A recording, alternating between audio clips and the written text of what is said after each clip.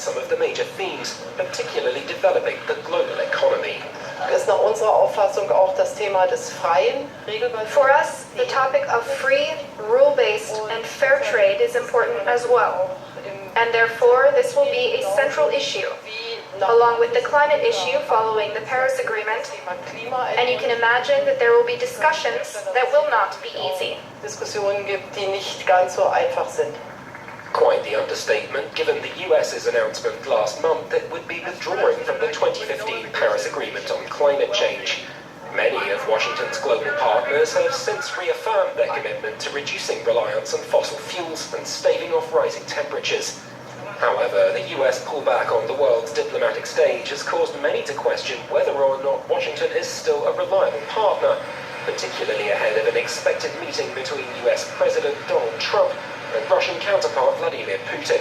Given tension over controversial Russian involvement in Ukraine's civil war and allegations it meddled in last year's US election, Washington has been playing down expectations. We're at the very beginning, and I would say at this point, it's difficult to say exactly what Russia's intentions are in this relationship, and I think that's the most important part of this meeting, is to have a good exchange between President Trump and President Putin over what they both see as the nature of this relationship between our two countries. Elsewhere on the agenda, North Korea and Pyongyang's first test of an intercontinental ballistic missile, leaving yet further questions over what kind of joint strategy a fragmented G20 might find towards a long-held goal of denuclearizing the Korean Peninsula.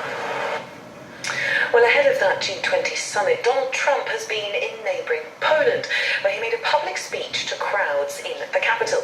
The US president said he thinks Western civilization is at stake and held up conservative Poland as an example of a country ready to defend its freedoms. Delano D'Souza has more. It is the people. Cheers for the US president as he made his keynote address at Warsaw's Krasinski Square. It's here that a monument commemorating the uprising against the Nazis stands in the Polish capital. Going into the speech, there were questions whether Donald Trump would use the occasion to reaffirm the US's commitment to NATO's collective defense. And in the end, he did. I would point out that the United States has demonstrated, not merely with words, but with its actions, that we stand firmly behind Article 5, the mutual defense commitment.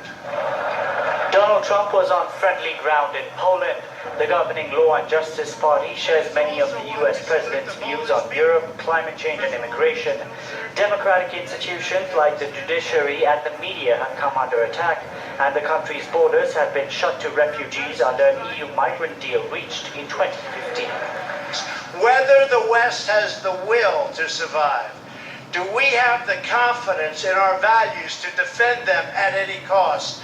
Do we have enough respect for our citizens to protect our borders? Do we have the desire and the courage to preserve our civilization?